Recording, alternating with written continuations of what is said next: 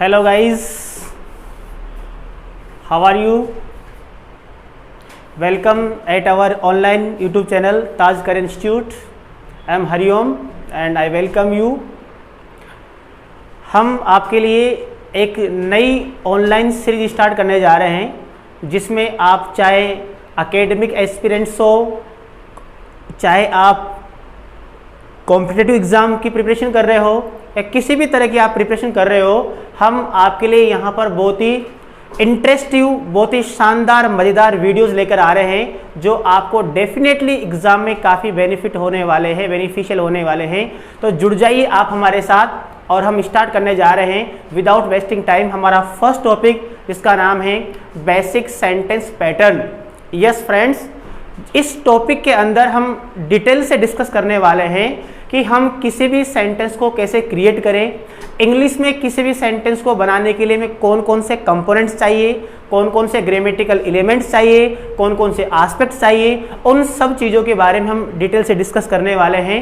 तो आप हमारे साथ जुड़ जाइए और अपना पेन और कॉपी जो है तैयार कर लीजिए। हम स्टार्ट करने वाले हैं। जैसा कि अभी आपने सुना, basic sentence pattern. Basic sentence pattern. Basic sentence pattern से मतलब है डियर फ्रेंड्स कि हम किसी भी सेंटेंस को जब क्रिएट करते हैं तो सेंटेंस के लिए किस किस पार्ट की आवश्यकता होती है, सेंटेंस क्या होता है, सेंटेंस की क्या नीड है, इस बात को हम बिल्कुल बेसिक से यहाँ पर डिस्कस करेंगे। और आई होप आपको सब चीज़ें बिल्कुल इजी वे में, बहुत इंटरेस्टिंग वे में समझ में आएगी और आप कभी भी किसी भी बात को लेकर किसी बात पर कंफ्यूज नहीं रहेंगे। इसी विश्वास के साथ हम स्टार्ट करते हैं। सबसे पहली बात आती है हमारे पास, सेंटेंस है क्या। What do you mean by a sentence? Sentence किसे कहते हैं, पहली बात आपके माइंड में ये क्लेरिफाई होनी चाहिए। कुछ गाइस इस बात को लेकर कंफ्यूज होते हैं कि सर एक तो हमारे पास टॉपिक होता है स्ट्रक्चर, क्या स्ट्रक्चर और सेंटेंस दोनों एक ही चीज है। इसी के साथ साथ हमारे पास एक टॉपिक और आता है, उसका नाम है dear friends statement. These three words sometimes may confuse you। कभी आपको लगेगा कि ये एक सेंटेंस है, कभी फिर आपको लगेगा ये तो एक स्ट्रक्चर है, और फिर कभी कभी आपको लगेगा कि ये क्या एक स्टेटमेंट भी हो सकता है। तो सबसे पहले हमें नीड है हम इन तीनों चीज़ों में डिफ्रेंशिएशन करें, इन चीज़ों को डिफ्रेंशिएट करें। What is minute difference between these sentence, statement and a structure. जब आप इन तीन चीज़ों के बारे में बेसिक सीख चुके होंगे तो फिर आराम से आप चीज़ों को आइडेंटिफाई कर पाएंगे।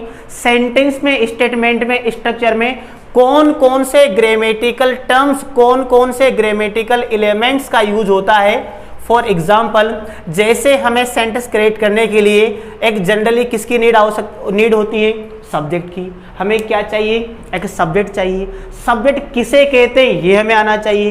कभी कभी हम चीज़ों को जानते हैं लेकिन उनको बेसिकली हम अंडरस्टैंड नहीं कर पाते हैं कि ये होता तो है पर होता क्या है, कहते किसे हैं, क्यों कहते हैं, इसका क्या फंक्शन है। इसके अलावा सेंटेंस का एक और इसेंशियल पार्ट है डियर फ्रेंड्स, उसका नाम है वर्ब।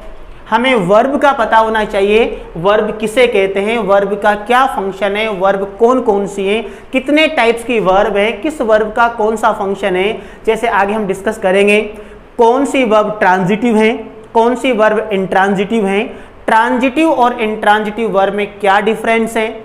इसके अलावा कौन सी वर्ब रेगुलर है, कौन सी वर्ब इरेगुलर है, कौन सी वर्ब एनामोलस है, कौन सी वर्ब फाइनाइट है, नॉन फाइनाइट है। इन सब चीज़ों के बारे में हम डिस्कस करेंगे कौन से पार्ट में, वर्ब के। इसके अलावा हम किसको डिस्कस करेंगे, सब्जेक्ट को।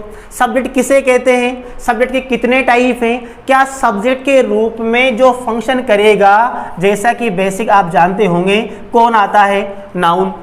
या फिर सब्जेक्ट के रूप में कौन फंक्शन करता है, कौन फंक्शन करता है नाउन के स्थान पर? प्रोनाउन। इसके अलावा भी डियर गाइस ऐसे बहुत सारे कंपोनेंट्स हैं, वर्ड्स हैं जो सब्जेक्ट का रोल प्ले करते हैं, जिसे हम किसके रूप में जानते हैं? जैसे आपके पास आगे जाके हम डिस्कस करने वाले हैं जेरंड।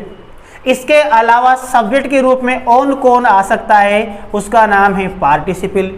इसके अलावा और कौन आ सकता है? उसका नाम है फाइनाइट या फिर नॉन फाइनाइट वर्ब्स।